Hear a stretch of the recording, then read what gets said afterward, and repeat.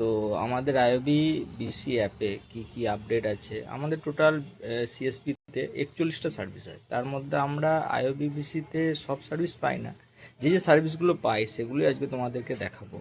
যেরকম দেখাচ্ছি দেখো। হ্যাঁ, আইওবি বিসি অ্যাপ খুললেই এই ধরনের ওপেন হয়ে যায়। তো এখানে আমরা দেখো কি কি অপশন পাই, cash withdrawal, cash deposit, balance credit, যেগুলো আর কি থাকে এগুলি থাকে। এরপরে ধরো রুপে কার্ডের নতুন অপশনটা দিয়েছে। এখান থেকে সমস্ত ব্যাংকের টাকা তোলা হয় না, শুধু আইওবি ব্যাংকেরই টাকা তোলা হয়। তারপরে এসএলজি, তারপরে third party beneficiary transfer, third party transfer যেটা আর কি হয় অ্যাকাউন্টে ট্রান্সফার আমাদের আইওবি ব্যাংকে। আর এখন নতুন অপশন হয়ে গেছে যে আইওবি ব্যাংকেরই টাকা তোলা হবে, আদার্স ব্যাংকের কোনো টাকা তোলা হবে না। আইওবি ব্যাংকের ডাইরেক্ট ভারত পেমেন্টের অপশন দিয়েছে, কিন্তু কাজ হয় না, কামিং সুন, এটা হয়তো পরে আসবে। তারপরে আরও এখানে আধার সিডিং অপশন আছে, এখানে চেকবুকের অ্যাপ্লাই করা যায়, আরও নতুন নতুন কিছু অপশন দিয়েছে, যেরকম ধর মিউচুয়াল ফান্ড।